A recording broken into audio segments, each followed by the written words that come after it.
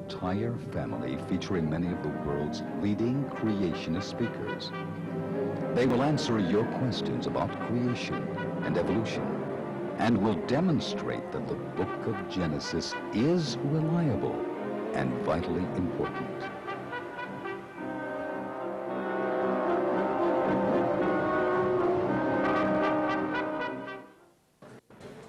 Oh, first of all, I'd like to just share with you what a thrill it is for me to be a part of the ministry here. It's just exciting. I got to visit with some of the students this morning over breakfast, and they were so helpful to us last evening. Well, certainly you've been very responsive to Ken's message here, and let me assure you it's the same kind of response in America. I don't know how many of you know, but Ken is looking forward, if immigration and so on allows it, to coming over to America on a longer-term basis next January. And I've been so pleased to work with him. Last spring we went on a tour of several major cities, and it's a message that really needs to be heard around the world. And those of us in America have stressed the science a lot these last few years, and we need this biblical foundations message. And so we'd like to thank you on behalf of America. I thank you Australians for loaning Ken Ham to us for a while. And also you all here for loaning us your facilities that we can share these things with you. And look forward to visiting with you over lunch and things like that for questions and so on that may come up out of these meetings. Well, now it's my turn to get a word in edgewise, which always is a problem when you're working with Ken Ham. But we decided to split things up, and I'd take some of the talks. And this morning I'd like to start off with sharing with you a bit of the evidence of creation in the area of biology. And as soon as I use a phrase like evidence of creation, why, a lot of times you get some raised eyebrows, even among Christians. Say, evidence of creation, how can that be? Isn't creation something you either believe or you don't believe? There's really nothing involved in evidence of creation. Well, I would like to suggest quite the opposite, that nothing is easier or more natural than finding and recognizing evidence of creation. Perhaps you've been on a walk through the bush at some point, and you've just been walking down a stream bed, perhaps, kicking idly at the stones along the stream, and occasionally bending down to pick one up that has a shape that kind of attracts your attention. And you may find one as you roll it around in your hand. It might look like some object, and you wonder about it a moment. But as you look at it more thoroughly, you see that the lines of wear in the rock follow lines of weakness, that the softer minerals are worn away more than the harder minerals are. And in spite of some appearance of design, this tumbled pebble really looks like just the product of time, chance, and continuing natural processes of weathering and erosion. Well, in a way, a tumbled pebble represents the idea of evolution. As Pastor Bridges mentioned, that I was an evolutionist myself at one time. And that's what I taught my students, that like the tumbled pebble, you and I, life in general, we're just the product of time, chance, and continuing natural forces. But you might also stumble across an arrowhead or a spear point or something of that nature. When you look at this object in your hand, here you see the chip marks go both with the grain and against the grain. They cut through the hard and soft minerals equally. Well, now this time, you know time and chance didn't make that. In fact, time and chance would erode away, obliterate a pattern like that. Instead, what we see in the arrowhead, as simple as it is matter shaped by a plan that gives it a special purpose. And so we recognize in the arrowhead as a product of special creation, not at all of time and chance. Now notice in a case like this, all you need to tell the difference between evolution and creation are the ordinary tools of science, just logic and observation. Sometimes creation is simply the most logical inferences from the patterns that we see in the world around about us. Notice too, you don't have to see the creator, you don't have to see the creative act in order to recognize evidence of creation. Sometimes that's thrown at you. Well, you can't talk about evidence of creation because you can't see God. I was at a debate or a dialogue, I guess, in the university back in America. And a fellow and I were just going back and forth in front of the class, and that was his big argument. You know, you can't talk about creation as a scientist because you can't see God. Scientists only work with things they can see. Says, take energy, for example. And then he stopped. He says, whoops, made a mistake, didn't I? And of course he did. A lot of times we know that energy exists because of the effects, the patterns that it produces around us. And so even Carl Sagan understands this kind of creation. He's convinced not that God is out there, but there are intelligent beings out there of some kind. And he knows that they could send radio transmissions through space, and we could tell the difference between that kind of created pattern and just the random time and chance background noises from space. So every scientist really knows in his heart, whether he's willing to admit it or not, that you can easily tell the difference between evolution and creation. Well, given that as a background then, let's take a look at some of the evidence itself. In biology, perhaps the clearest and simplest evidence of creation is the marvelous fit of living things to their environment, adaptation, the way living things fit in their environment in a special way. Well, now here, I could give thousands upon thousands of examples, I suppose, but I'll give one of my favorites from America as far as this marvelous fit of living organisms is concerned. And I think all of you know, one way or the other, there are birds who make their living banging their heads into trees. We call them woodpeckers. Now, you may wonder, what would make a bird do that in the first place, bang its head into a tree? Frustration over losing the worm to the early bird? You know, just why would it do that? And if it did that, what would happen next? Well, you've seen the unfortunate bird fly into glass or something like that. It just knocks itself silly. There's not much evolutionary future in that. And so when you take a look at the woodpecker, this is an amazing collection of devices for hammering little holes in tree bark and so on. And in order to do that, the woodpecker has to have a very tough bill, some shock-absorbing tissue behind the bill, double reinforced skull, stiff neck muscles, and a whole set of things have to work together. In fact, when the woodpecker's bill hits the tree, the deceleration is 1,000 times gravity. By contrast, you've seen films of astronauts on liftoff and re-entry. When they go up into space, their face is all squished back from the force of gravity they're working against as they move out into space. The same thing on re-entry. That's only 3 to 5 times normal gravitational acceleration. And yet here that woodpecker, it comes to a dead stop so quick, it's 1,000 times gravity. Well, when it does that, it actually blinks its eyes shut. Some scientists say that's to keep wood chips from getting to the eye. Others say it's to keep the eyeballs from popping out of the sockets. And in fact, that both of those things may be true. Well, now there's one thing that evolutionists and creationists agree on. Once you get all of these things put together, once all of these parts of the woodpecker work together, they are fit to survive. After all, if God created living things to multiply and after their kind, to multiply and fill the earth, they would be fit to survive. The difference is, how did they get that way? Time and chance, or plan and purpose? Well, I think you can see some problems with the time and chance idea. Darwin wanted to explain all appearance of design as just little bit by little bit, step by step, one thing slightly better than the other. In fact, today we use the term mutations. A bird is just flying around, minding its own business, gets hit by a cosmic ray. Changes a gene in the organism, and that produces in a descendant some new trait. Let's say it started with a tough bill. And so here a little bird is born whose bill is much stronger than any other bird in the neighborhood. And so he's maybe having trouble finding food. Out of frustration, he slams his beak into a tree, you know. Nothing happens to the beak. It's nice and tough, but what?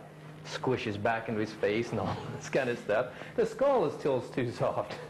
So there's no evolutionary future in that. Well, suppose he got a tough skull first. Now we're on the way to becoming a woodpecker. Slams his beak into the tree, and then what? Crinkle, crinkle, crinkle. The beak all wrinkles up. So you got to have both of them at the same time, or you're not going to get anywhere. And that's not the end of the story yet.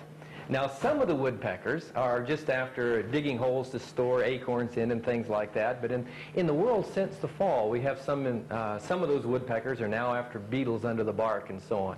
And of course, the beetles hear all this pounding going on. And so as the woodpecker's drilling this hole, they just crawl further down the tunnel. And so if this were the end of the story, just the drilling tools, the woodpecker would be like the oil companies. One dry hole after another. By the time it opened up the tree bark, the beetle would be gone. But the woodpecker has a long, sticky tongue. Now they can reach down in that tunnel, snap up this free lunch. But if you're a bird, where do you put a long, sticky tongue? You don't have any cheek pouches like monkeys do. Here it is, this long, sticky tongue hanging out of the bill. You're tripping over it as you walk along, keep biting on the edge of it and so on. Here you are flying along with this tongue hanging out of your mouth over a low twig, wraps around, down you go. This is a real hazard. Well, the answer for the woodpecker is actually to slip the tongue into a sheath that wraps all the way around the head under the scalp and inserts into the right nostril. Well, I think you can see the problems in trying to get that put together by time and chance. Well, finally, if you get it all together, then you have an organism that's fit to survive and multiply after its kind. If the evidence is as clear and simple as I'm suggesting it is in this case, then even scientists who disagree with us as far as creationism is concerned ought to be able to recognize the evidence at this point, even if they refuse to change their belief system. This is part of what Ken's saying. They can see the evidence, they just don't see how it fits. One of the scientists who knew the evidence that I'm talking about right here was Charles Darwin. Charles Darwin was very much aware of the problem that I just talked about. He had a whole chapter in Origin of Species on adaptations, on the marvelous fit of living things to their environment. What did he call it? Evidences for evolution? Oh no. Difficulties with a theory. Difficulties with a theory. And Darwin himself used a number of examples to say, how could this happen by the evolutionary process I've just outlined? He went on and on about that. One of the ones that Darwin actually used was the human eye, with, as he described it, all its inimitable contrivances for focusing light at different distances, for admitting different amounts of light, for correcting for spherical and chromatic aberration. To suppose the eye could have been formed by natural selection, said Darwin, seems, I freely confess, absurd in the highest degree. Isn't that interesting? That was Darwin's view. Little bit by little bit, step by step, to get these compound, complex structures. It seemed absurd. Richard Lewontin, professor of biology at Harvard University, very famous anti-creationist, nevertheless had to say living things appear to be carefully and artfully designed. That's the way they look. If we did build our science on the evidence instead of on belief in evolution, what would be the logical conclusion? They were carefully and artfully designed. In fact, he goes on to make the statements, they were, and I would say are, the chief evidence of a supreme designer. But it doesn't end there.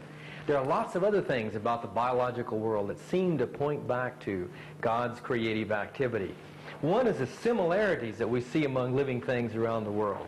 The classic example of similarities is the bone pattern that we see in the human arm, and repeated the same sort of pattern you find also in the leg of a horse, the flipper of a penguin, the wing of a bat, or the leg of a dog. In all of these cases, you have one main bone attached to the body, and then a joint here, and two main bones down here, then a little group of round bones in the wrist region, then radiating hand and finger bones. And of course, no biologist is going to be caught without using Greek and Latin. So instead of just calling it similarity, it's homology, which means in Greek, same basic plan. And of course, by the way, ology, as I'm sure you know, comes from the logos, the name for Christ. In the beginning was the basic plan, the divine plan in Christ. And so he created things. There's one God who created things, and it shouldn't surprise us at all that there's a similarity and pattern here. But the evolutionists said, now wait a minute. We've got another idea. It's not creation according to a common plan. It's descent from a common ancestor. And at this point, you have to give the evolutionists a little bit of credit. That is the best idea, I suppose, the most logical idea in evolution. A lot of them aren't. But this is fairly logical. It is one way we explain similarities. That's why brothers and sisters will look more alike than cousins do. They have ancestors more recently in common. So at the outset, before you examine any evidence further, it seems like there are at least two logical possibilities. Creation according to a common plan, or descent from a common ancestor. A lot of times either explanation will work. But in many of the test cases, it seems like creation according to a common plan continues to work. Descent from a common ancestor doesn't work at all. In fact, where else do you find the same pattern you find in the human arm? Well, you find it also in the human leg. And think about that for a moment. Sure enough, we have one large upper arm bone, one large upper leg bone, two bones in the forearm, two bones in the lower leg, and so on, wrist and ankle, foot and hand bones. Same pattern there. Now, when I was in college, we were taught to call that serial homology, a series of structures along an organism that have the same basic pattern. But Sir Gavin de Beer, a leading evolutionary biologist, said, don't do that. He says, I want to use the term homology just for descent from a common ancestor. He says, nobody believes arms evolved into legs, or legs evolved into arms, or human beings evolved from some one-limbed ancestor. So he says, don't do that. We can't really call that evolution. And notice here, very common, something you see very often, yet he recognizes here's common plan that doesn't make any sense at all in terms of descent from a common ancestor. Even more dramatic would be the corresponding parts of the male and female reproductive systems, sometimes called sexual homology. But De Beer says, don't use that term. There's no way we think that males evolved into females or females evolved into males or human beings evolved from some one-sexed ancestor. It doesn't make any sense in terms of descent from a common ancestor. So he says we've got to drop using the term. It would make sense, of course, if God created human beings of one flesh to start with. And so again, creation according to a common plan continues to make sense. The evolutionary view no longer does. Another big problem in evolutionary thinking has to do with convergence. The tendency of structures to appear in animals that don't have any evolutionary common ancestors. The classic example here is the eye of the squid and the octopus, and the eye of the human being or the vertebrates, the animals with backbones. And most of you have seen squid, octopus, cuttlefish, or something like that. And some of you probably in class or in high school dissected one of these. And sure enough, their eye has the same basic pattern that ours does. But no evolutionist believes that the octopus and the human being had an ancestor with an eye. They believe we had some common ancestor, but our last common ancestor would be some sort of worm or jellyfish, something like that, with no eye at all. And yet here we have the same pattern in two unrelated forms of life. Convergence, two things that look alike that really shouldn't.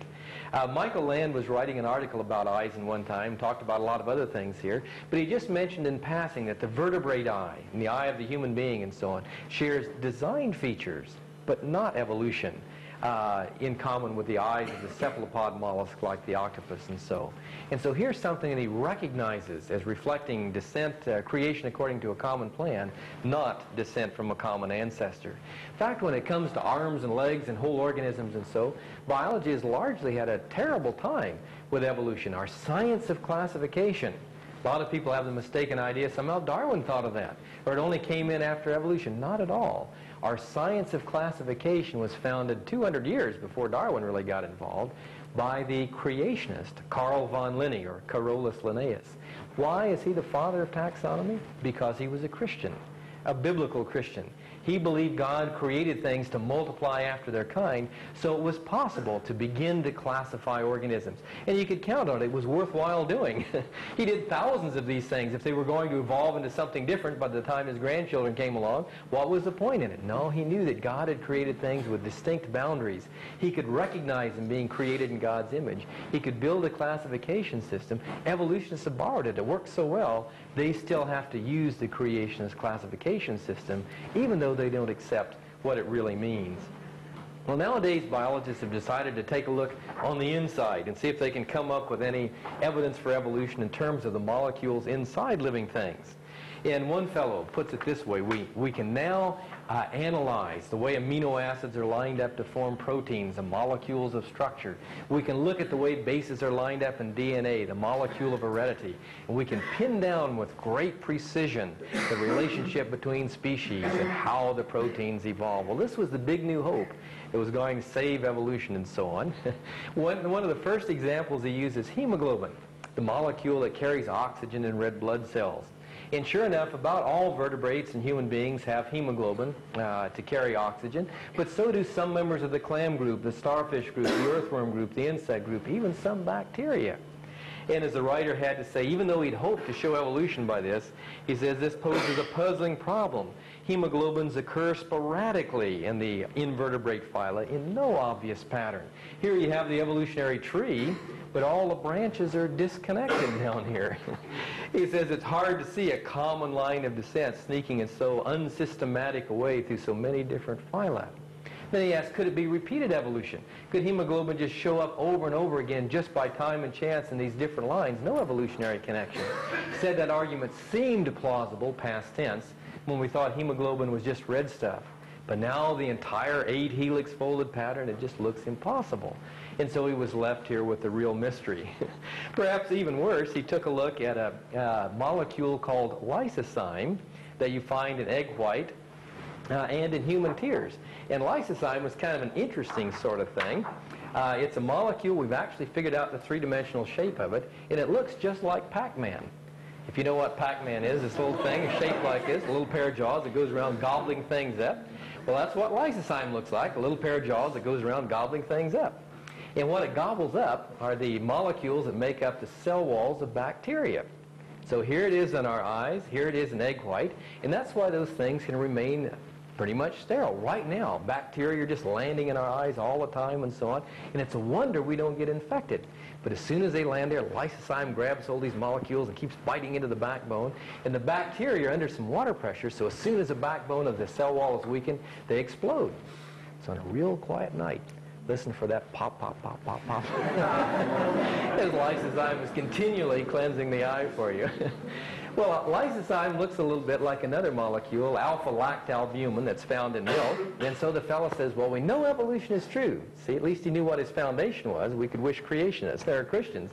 We're sure they're foundations. He knew evolution was true. And so what he wanted to find out was not did man evolve, but did man evolve up here, or did man evolve down here? Just where did mankind branch off the mammalian tree? So he decided to compare this lysozyme, lactalbumin, and see if he could pin down with great precision just where man evolved along this line. Well, this was the idea that he wanted to show. The concept here was to show where man branched off. The blue diagram there, this just comes right out of Dickerson's book, shows the results that he got. Might let you meditate on that for a moment. Well, strangely enough, when he did the first set of experiments, man showed up here more closely related to the chicken than he did to any other known mammal. Well, being kind of cowardly at heart, I can appreciate that. Sounds good to me, but it wasn't really what he thought as far as evolutionary theory is concerned. But as Ken would tell you, no evolutionist is ever caught off guard by raw data. They always have a backup plan in mind. In this case, all he had to do was slip in a wiggly line for rapid evolution and pull man back over on the branch with the furry animals where he knew ahead of time that he belonged. And so this is one way to make sure your theory comes out right, is to doctor up the data to make sure your theory comes out right. But it didn't really provide any independent confirmation that he'd hoped to. Now, I'm not suggesting that there's no pattern at all. Instead, I'm suggesting that the pattern is a mosaic pattern, reflecting creation according to a common plan rather than descent from a common ancestor. And what do I mean by that? Well, according to evolution, you ought to find traits like hemoglobin or lysozyme or the bones in the arms and leg incompletely developed, so you can't really tell what they are yet. And you ought to find them like the branches on a tree radiating out from a common ancestor. Well, that's what we don't find. That's why the X is there. Instead, we find complete traits. Everywhere you find hemoglobin, even in the nitrogen-fixing bacteria, you find a whole molecule organized to do the same sort of thing. You find complete traits, and you find it distributed. I'm using mosaic here like an artist's mosaic, not for Moses in this case. But every time you find hemoglobin, you know, it's a part of a total plan. You can think of a picture. In fact, on one of the schools down in Melbourne, there was a beautiful mosaic. And here, you know, you could use a blue-colored stone to represent the sky in one part of the diagram. Over here, you'd have the blue-colored stone as a little bit of, say, a pond in a forest. Over here, it might be part of the petal of a blue-colored flower. Everywhere you found it, it was complete, and it was always integrated into a total plan. Well, that's the way we find molecules and parts and living things, always complete, always integrated into a total plan, reflecting creation according to a common plan. Well, again, if the evidence is as clear and simple as I'm suggesting it is, then even scientists who are evolutionists, who might disagree with our conclusion in general, would have to say, well, at least you're right about this part of it. And they do.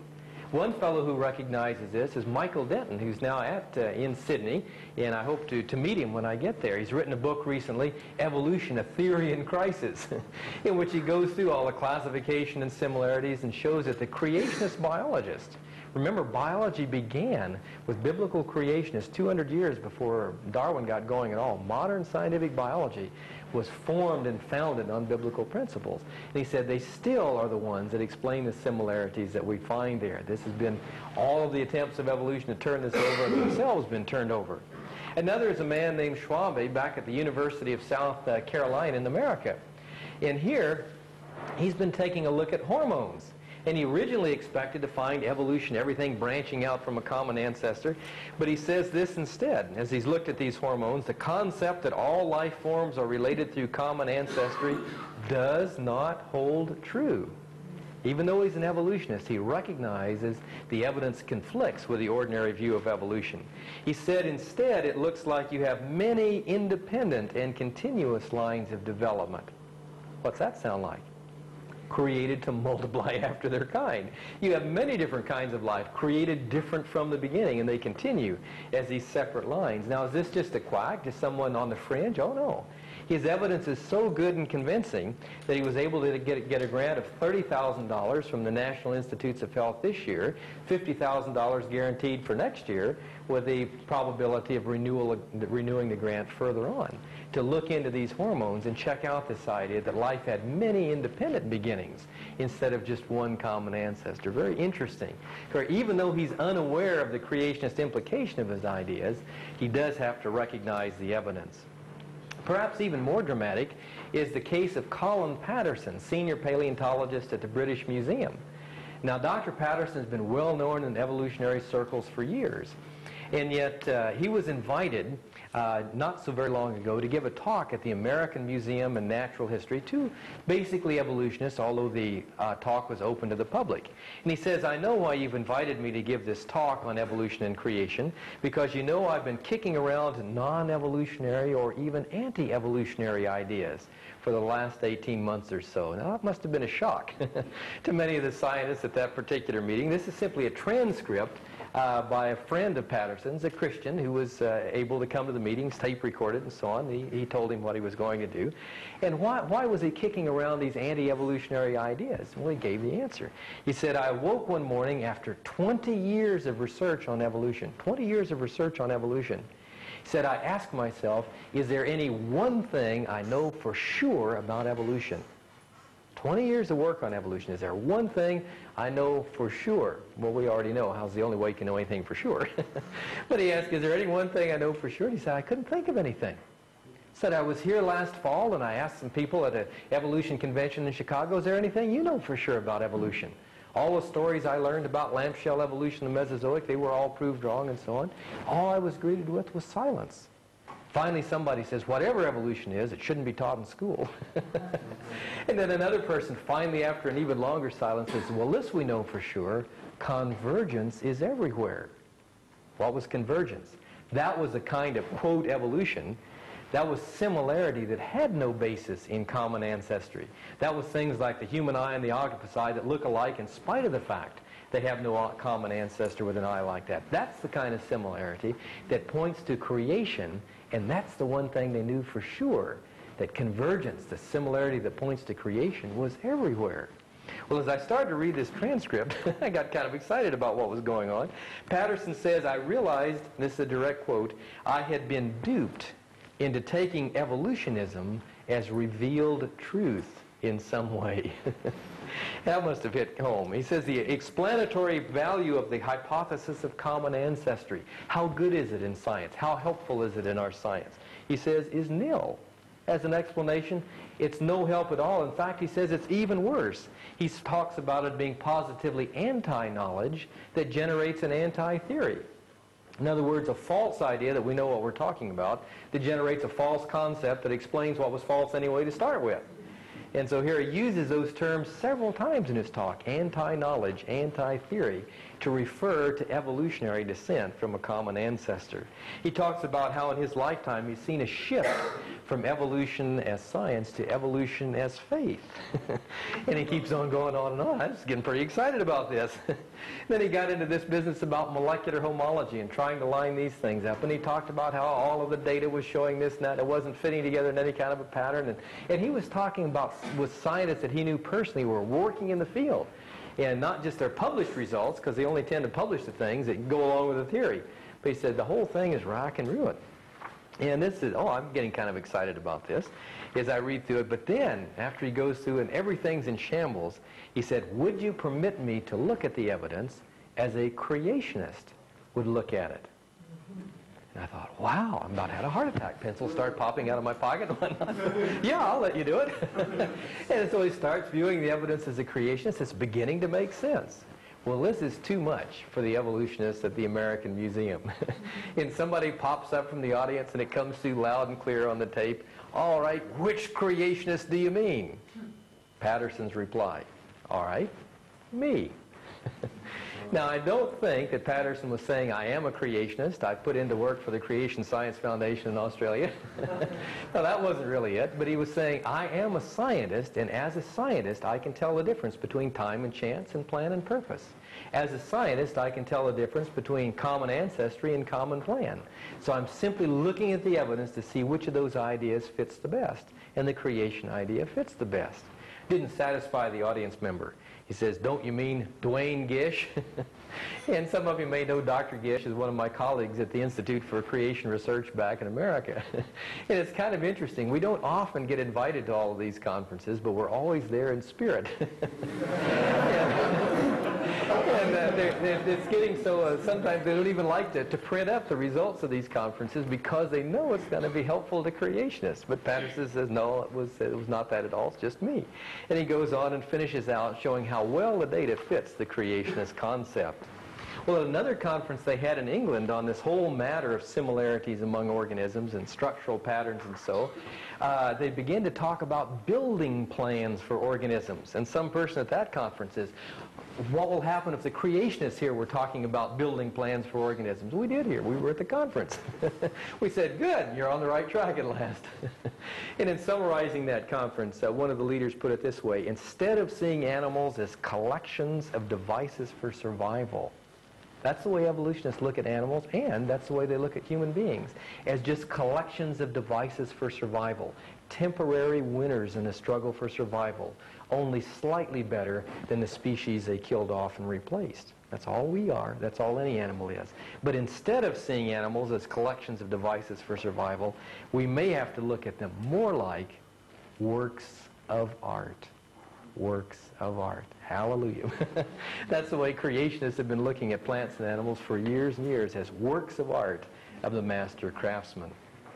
Perhaps the most dramatic work of art I can think of at all, anywhere in the world of biology, is the fantastic way the human being is put together and begins to grow as a single cell inside the mother's body, and then all of these parts are added in a certain definite order. And it seems to me that really just knowing or witnessing the birth of a child ought to be enough to make anybody, a creationist and a Christian, right on the spot.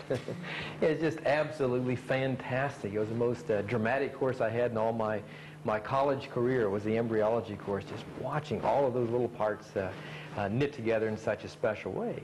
But as some of you know, it's right at this point that the evolutionists come on with what they think is one of their strongest points.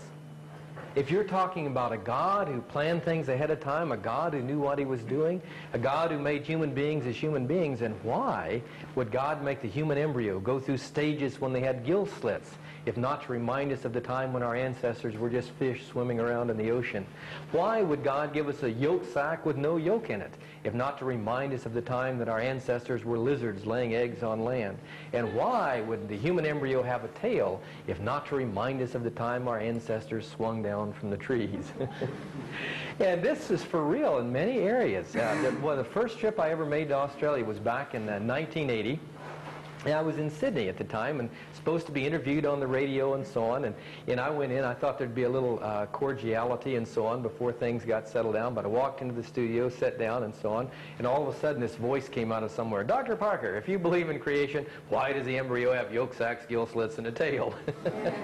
So I looked around for a microphone and began to try to answer that question. Now, even though I drew this is just a freehand sketch, it represents pretty much the way each one of us looked about a month after conception. And so you might wonder especially about this little thing here. We have this little balloon-like organism that hangs off near the umbilical cord called a yolk sac. Maybe I should say falsely called the yolk sac. There's no yolk in it. And so you might say, well, guess you have to score one for the evolutionists there. Surely there can't be any function to a yolk sac that doesn't have any yolk in it. Wrong. It's the name that's wrong. This is absolutely essential to human development. Not because the yolk isn't there, that's no problem. We get our nourishment from the mother's body. Chickens and so on have to have yolk in the yolk sac because they live inside a shell. They don't have that source we do. But if it were just a useless leftover, a vestige of our evolutionary ancestry, you could just snip it off. We've got the techniques to do that for sure. If you did, the poor human embryo would die, because you absolutely need the blood-forming sac. That's what it is, not a yolk sac, to form the first blood cells for the developing human embryo. Now, in the adult, the blood cells are produced largely inside the bone marrow. But you need the blood in order to form the bones that later on are going to form the blood. And so you've got this problem. How can you get the blood there before the bones are there to make it? Why not use a structure that will be present just in the early stages of embryonic development, then can shrivel up when its function is finished, its purpose is accomplished, and that bone and blood-producing function is handed over to another organ? Ordinarily, we would consider that good creative engineering design to get many functions from a structure like this. So it's absolutely essential for our development of human being, and it solves a real difficult, otherwise difficult engineering problem. Well, what about the gill slits up here? Does the human being have gill slits? Well, there is a problem with that, because there's never any point where the human embryo has gills, and there's never a point where it has slits, so it's probably not right to call them gill slits. What we do have are little wrinkles in the neck region, and beneath that, in the throat region, there are little pouches that grow out toward these dents and grooves. Now in fish, they grow all the way out. They join these little grooves and form the gill slits, and the water comes through the mouth and flows across the gills, and structures are organized there to extract oxygen from water. But in us, we don't have gills, so the little pouches just grow out a little ways and then shrivel up and disappear because they're useless leftovers of evolution. Oh no, not at all. Those little pouches grow out and they become things that we absolutely need as human beings. The first pair become the palatine tonsils, part of our disease defense mechanism. The second pair become the middle ear canals. The third and fourth pairs become the parathyroid and thymus glands. And you can't live without those two glands. The parathyroid you need to regulate calcium, and the thymus is responsible for half your immune system. So you've definitely got to have those structures there. And so again, not useless leftovers at all, but distinctive human organs that we need to function properly as human beings. Well, what about the tail here? Again, even though this is just a freehand sketch, most of you have seen pictures of the embryo at this stage, a small child at this stage, and sure enough, the end of the spine sticks out rather prominently like this. Is it a tail? No, not at all. It's the end of the spine, and it sticks out not because it's a tail, but because it develops first and triggers a wave of events that then cause the legs and so on to develop in that area. As the leg muscles develop and so on, they surround and envelop this little hook of bone here, and it becomes the end of the spine. The tip end is called the coccyx. A useless leftover of evolution? Not at all. One way to find out, which I don't recommend at all, is to fall down a stairway and land on the end of your spine. Then you find out it's not useless at all. It's an attachment for muscles that we definitely need for our upright human posture, especially our sitting posture. And if you ever heard it, usually you can't sit down, you can't lie down, you can't do much at all but moan and groan until the thing gets repaired or the pain goes away and so on. Absolutely essential for our upright human posture. And so none of these things at all are useless leftovers. They're an important part of our lives as human beings. At one time, evolutionists listed 180 of these useless leftovers. Since then, we found functions for all of these. It even issued forth in some medical malpractice, I might want to call it. Any of you ever have your tonsils removed while they were still healthy, with a promise of lots of ice cream or something afterwards? Oh, good. You know, I'm surprised anymore that in America that was very common. And I used to think I just see it in older people, but even younger people often said that, and yeah, that's what happened. Here I was, young and healthy. The mom said, it's time to have my tonsils out. They're useless leftovers. They take them out while they're healthy and so on. Now, doctors advise against that. Those are important disease-fighting organisms. Now, sometimes you may have to have them taken out after they become repeatedly infected and destroyed. Well, sometimes you have to have your stomach removed, cancer or something like that. Does that mean it's a useless leftover? Not at all. And so, although sometimes it may work too good, but at any rate, not useless leftovers at all. And so now this is one idea, and Ken already told you about the whole concept of mongoloid idiocy. What we call Down syndrome was really just too much of a good thing. But when this idea was so prevalent, then children born with birth defects were considered a throwback to an earlier stage in evolution. And the idea of evolution is so rampant in the world today that when a child is born with some kind of a defect, a lot of times they don't want to tell the mother about it at all. You can almost see the arguments. Oh, it's your side of the family. No, it's your side of the family. And so they try to cover that up, not let it happen, not let it get out. This happened in America not so long ago. A baby was born with a, quote, tail. No, not at all. Even though it was written up in medical journals and widely quoted in magazines and supplements and newspapers, a child was born with a little flap of skin about a 1/4 inch in diameter, about 2 inches long, about a 1/2 inch off the midline. Not a tail at all, no muscle, no bone, no nerve cord, nothing like that. In fact, those same little flaps of skin show up occasionally on the back of the shoulder and the upper arm and all over the place. And yet so common is the idea of evolution that the doctor just made a total mistake in trying to claim that was a tail. Again, it was no problem. They didn't really have to worry the mother at all. You could just remove it like you could a wart. And yet this idea has been so pervasive, as Ken said, it's even used to justify abortion, that at some stage you're not really a human yet. At one point, the fertilized egg cell back here was considered the amoeba stage in evolution.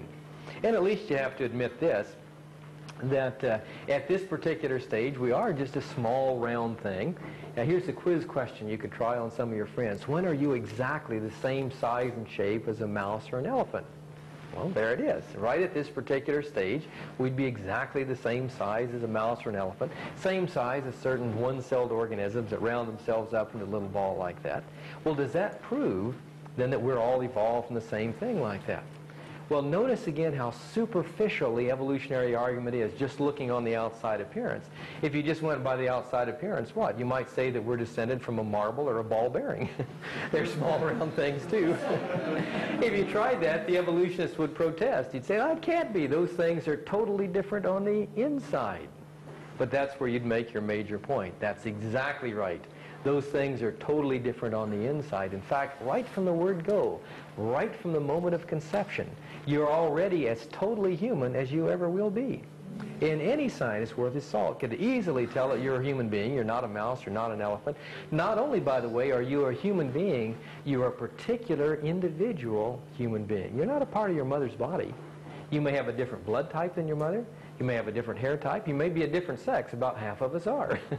And so there's no way that you're a part of your blood type or part of your mother's body at this stage. You're not only a human being in general, you're a particular individual human being right from the moment of conception onward. And you know who knew that better than perhaps anybody else? The psalmist David, writing 3,000 years ago. No microscopes, no scanning electron microscopes, none of these little scopes that you can look inside and all that kind of stuff. And yet somehow he got it right from the very beginning. And in Psalm 139, that psalm was full of all kinds of precious things. But among other things, David points out where we really began. And in summarizing the development of the human being, he also, in a sense, summarizes God's concept of creation. Where did we really begin? In one sense, physically, we began at conception, but spiritually, we begin where? Before the foundations of the earth. Before the foundations of the earth, we already began. And so like anything created, if you compare the creation of God with the created things that man does, creation begins with a plan in the mind. And so that's really where we began. And David talks about that. He says, God, before there were any words on my lips, you knew what words I was going to say. You knew me altogether, even before I'd come into existence. And so David's life began as a plan in the mind of God before the foundations of the world. In each one of us, it's the same way. We begin with a plan and purpose even before the foundations of the earth. But then when we talk about our physical beginning, that little round ball, that fertilized egg cell, David talks about how God beheld, you beheld my unformed substance. Doesn't that even remind you of the way the earth itself began? First of all, as a plan in the mind of God. And then the material was created without form and void. It didn't have any shape yet. You couldn't yet see the fullness of God's plan, but all the material was there. David says the same thing about himself. I began as a plan in your mind, and yet to start with, I was just an unformed substance. It took scientists until the 1800s to find that out. And yet the Bible told us that all along. We didn't begin with little arms and legs. There was a while scientists thought that there were little people inside little people inside little people. But no, we began as an unformed substance. The plan and the material is there. And I can't help thinking about a grandmother who may be knitting a sweater for a new grandchild. And here you see her in the chair or so on, and here's this ball of yarn by the chair, knitting needles beginning to work. Now to you, it's just unformed substance. It's just a ball of yarn. It doesn't look like anything in particular. But the plan is already there in her mind. The substance is already there that plan is going to act on. And what does David say? You knit me together in my mother's womb. And that's what you see as God knits us together according to the plan he had from the beginning, according to the substance that he created. And so in one sense, when we look at the development of the human being inside the mother, we're actually seeing not the story of evolution at all, not retracing the stages of evolution, but instead retracing, telling us again a marvelous plan of God's creation that begins with a plan and purpose, that continues with a purpose, and that continues with a purpose that lasts throughout all eternity. And again, I think that's why the message is so important. It's very easy for us to see. What if you think of yourself as just a product of time and chance? You know, there is no purpose other than what you make up for yourself at a moment. You know how unsatisfying that is. And so the message here is certainly not one just of science, but it's a message that affects us right to the core of our being, that we are people created with a purpose. The people that we talk to are created with a purpose. And it's a purpose that begins and ends with God himself, Christ, our Creator and Redeemer. Okay, well, we'll stop there for break time between this lecture and the next one, and I'll see you again in a few moments then.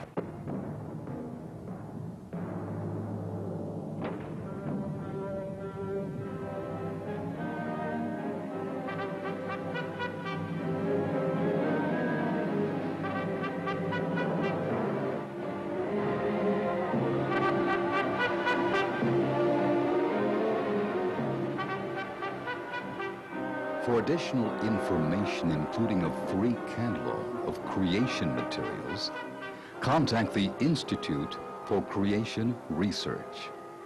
Write to Post Office Box 2667, El Cajon, California, 92021, or call 619-448-0900.